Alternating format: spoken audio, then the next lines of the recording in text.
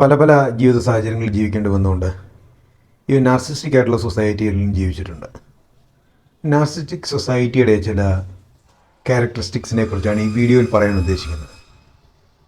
പ്രധാനമായിട്ടും നാർസിസ്റ്റിക് സൊസൈറ്റിയുടെ ഒരു ഹൈറാർക്കി എങ്ങനെയാണ്, എന്താണ് അവർ അതിനകത്ത് എസ്റ്റാബ്ലിഷ് ചെയ്യാൻ ശ്രമിക്കുന്നത് എന്നൊക്കെയാണ് ഇന്ന് സംസാരിക്കാൻ ഉദ്ദേശിക്കുന്നത്. ഒരു നാർസിസ്റ്റിക് സൊസൈറ്റിയുടെ തലപ്പത്ത് എപ്പോഴും നാർസിസ്റ്റുകളായിരിക്കും. ഒന്നിൽ ഒരു നാർസിസ്റ്റോ അല്ലെങ്കിൽ ഒരു ഗ്രൂപ്പ് ഓഫ് നാർസിസ്റ്റോ ആയിരിക്കും അത് ലീഡ് ചെയ്യുന്നത്. അവർക്ക് അതിൻ്റേതായിട്ടുള്ള മറ്റുള്ളവരെ മാനേജ് ചെയ്യാനും കൺട്രോൾ ചെയ്യാനായിട്ടുള്ള പല അടവും തന്ത്രങ്ങളുമൊക്കെ അവരുടെ ജീവിതം കൊണ്ട് ഉണ്ടാക്കിയെടുത്തിട്ടുണ്ട്. ഇനിയും ട്രൂ ആയിട്ടുള്ള ഐഡൻറ്റിറ്റി ഉള്ള ആൾക്കാരുണ്ടെങ്കിൽ അവരും ഇവരുടെ ഒരു എനർജി ലെവലിൻ്റെ താഴെയായിരിക്കും. ഇവരാൽ കൺട്രോൾ ചെയ്യപ്പെടുന്ന രീതിയിലായിരിക്കും അതിൽ നിൽക്കുന്നത്. ഇവരുടെ ഒരു എനർജി ലെവലിന് എബോവ് ആയിട്ട് ഒരു ട്രൂ ഐഡൻറ്റിറ്റി ഉള്ള ആൾ ഒരു നാർസിസ്റ്റ് സൊസൈറ്റിയിൽ ഒരിക്കലും ഉണ്ടാകത്തില്ല. അല്ലെങ്കിൽ അങ്ങനെ ഒരു സാഹചര്യത്തിൽ നാർസിസ്റ്റ് ഒരിക്കലും നിൽക്കുകയില്ല. കാരണം അവർക്ക് ആ ഒരു ഡോമിനേറ്റിംഗ് പവർ, അവർക്ക് ആ സുപ്പീരിയോറിറ്റി ആവശ്യമാണ്. അപ്പോൾ അങ്ങനെയുള്ള സാഹചര്യത്തിൽ മാത്രമേ അവർക്ക് നിലനിൽപ്പുള്ളൂ. അല്ല എങ്കിൽ അതൊരു വർക്കിംഗ് എൻവയൺമെൻ്റ് ആയിരിക്കണം. When they are paid they will be ready to do that.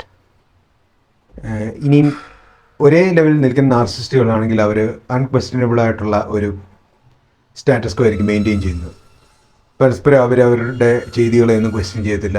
അപ്പോൾ ആ ഒരു മ്യൂച്വൽ എഗ്രിമെൻറ്റിലായിരിക്കും ഓരോരുത്തർ അവരവരുടെ കാര്യങ്ങളിൽ രാജാക്കന്മാരായിട്ട് വിരാജിക്കും.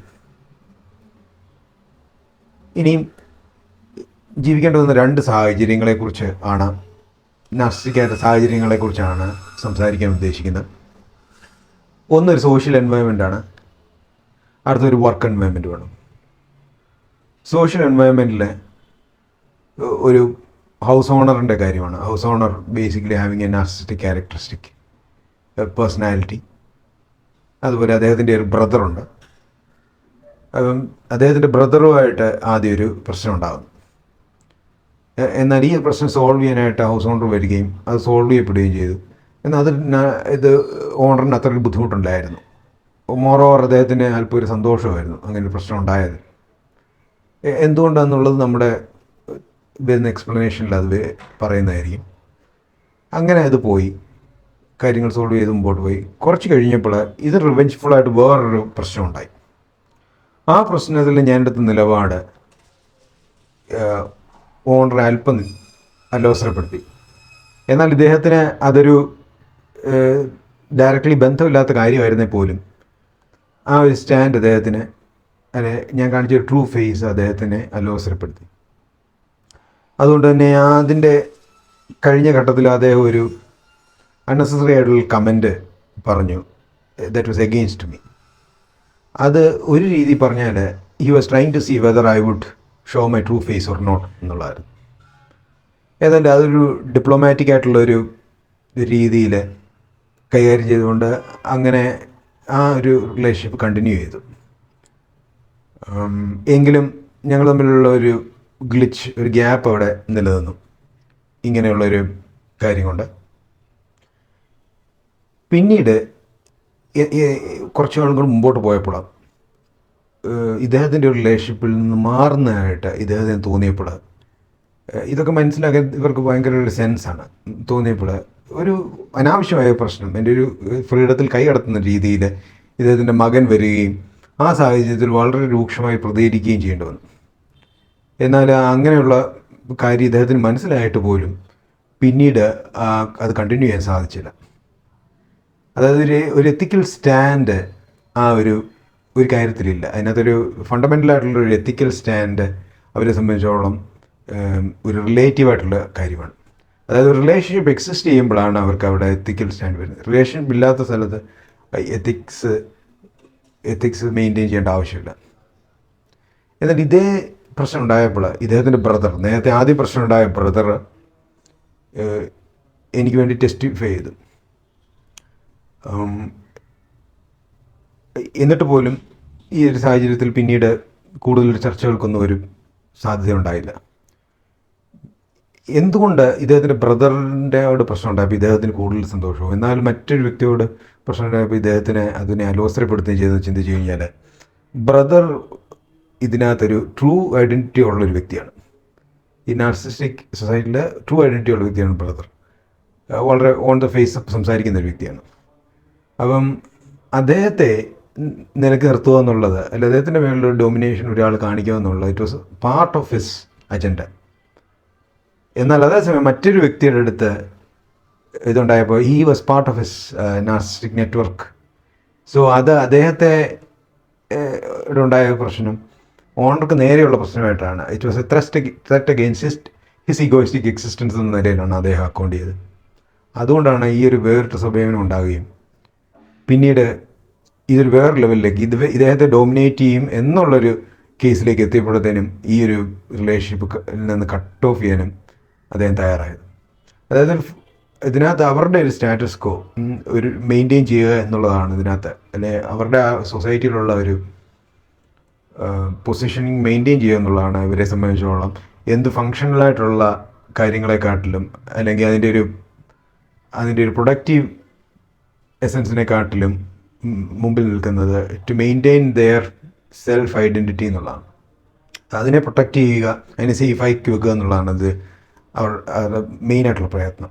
അൺലെസ് ഇറ്റ് ഈസ് അത്രയ്ക്കൊരു വലിയൊരു റെന്യൂമറേഷനോ അല്ലെങ്കിൽ അത്രയ്ക്കൊരു ഗെയിൻ ഉണ്ടാകാത്ത ഘട്ടത്തിൽ ഇതാണ് അവരുദ്ദേശിക്കുന്നത്. ഇതിനകത്ത് എന്തെങ്കിലും ഈ റിലേഷൻഷിപ്പിൽ എന്തെങ്കിലും ഒരു പാളിച്ചുണ്ടാകുന്ന സമയത്ത് അവരതിനകത്തുനിന്ന് കട്ട് ഓഫ് ചെയ്യും.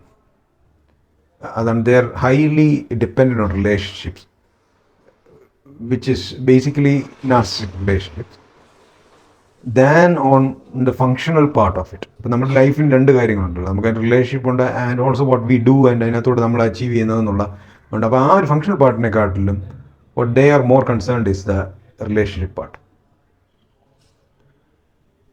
ഏതല്ല അതിനകത്തുനിന്ന് പിന്നീട് ആ റിലേഷൻഷിപ്പ് കട്ട് ഓഫ് ചെയ്യേണ്ടി വന്നു.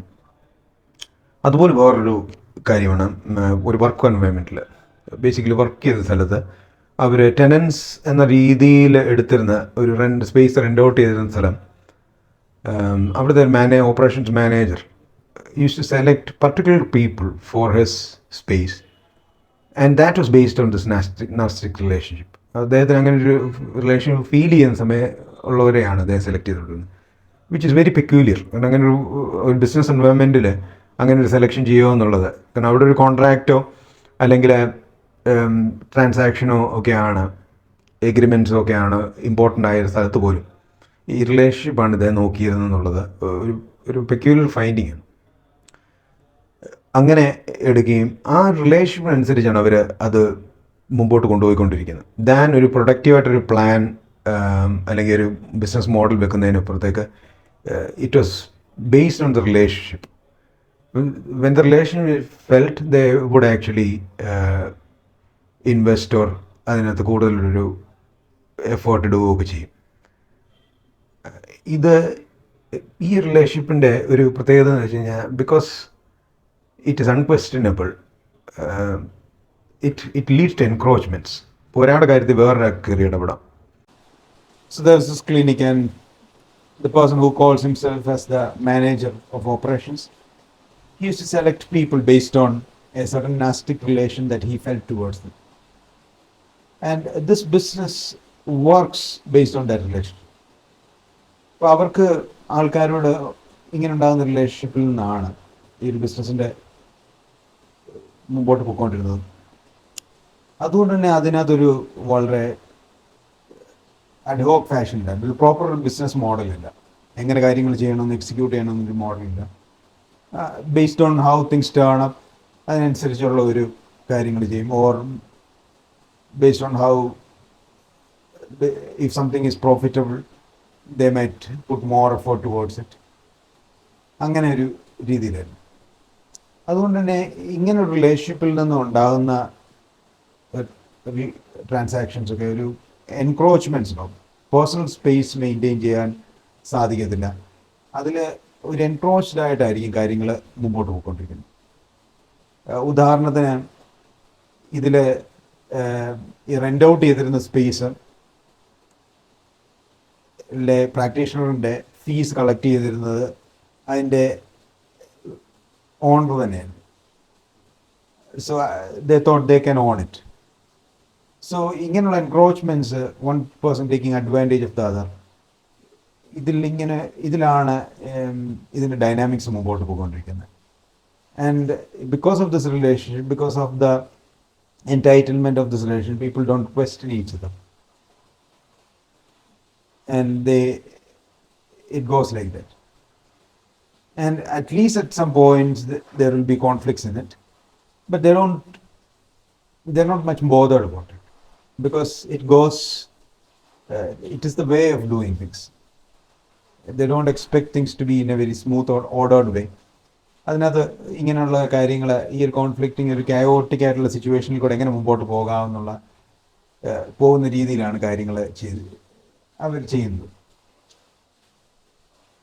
Anyway, in some time he understood that I don't fit in to this kind of relationship, and when someone suitable came, I was replaced. So that is the thing. The idea of ethics or idea of morality, it depends based on the relationship. It is exclusively within the parameters of the relationship. അതിനൊരു fundamental nature ഇല്ല. റിലേഷൻഷിപ്പിൽ ഉണ്ടെങ്കിൽ these values ഉണ്ട്, ഇല്ല എങ്കിൽ ആ values ഇല്ല എന്നുള്ള രീതിയിലാണ് ഇതിൻ്റെ ഒരു ഇതെന്ന് പറയാൻ.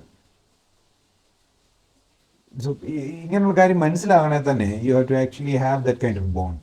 ആ ഒരു ബോണ്ടിൽ അതിൽ നിൽക്കുമ്പോൾ മാത്രമേ you will understand the idea of how people do things like this.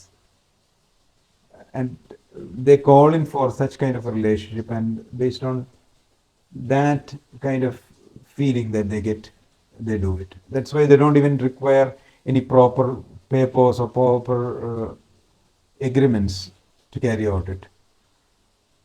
ഇതൊരു നമ്മുടെ നോർമൽ വിസ്റ്റത്തിന് മനസ്സിലാകുന്നതിന് അപ്പുറത്തേക്കാണ് ഇതിൻ്റെ ഒരു നാസ്റ്റിക് റിലേഷൻഷിപ്പിൽ ഇരിക്കുമ്പോഴുള്ള കാര്യങ്ങൾ എന്ന് പറയുന്നത്.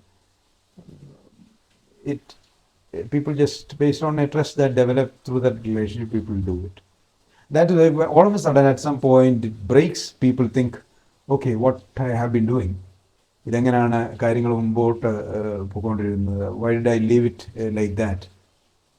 The thing is that നമ്മൾ അതിനൊരു ഇത് കൊടുത്തിരുന്നില്ല, അതിനൊരു വേണ്ട ഒരു കോൺഷ്യസ്നെസ് അല്ലെങ്കിൽ വേണ്ട ഒരു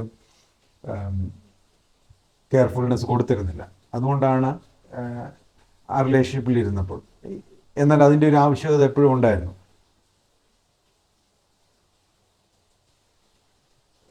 so this is the way it moves on. So and ഇതാണ് ഈ ഒരു രണ്ട് റിലേഷൻഷിപ്പ് ഉണ്ടായിരുന്ന റിലേഷൻഷിപ്പാണ് ഇതിൽ ഡിസ്കസ് ചെയ്തത്. Thank you very much.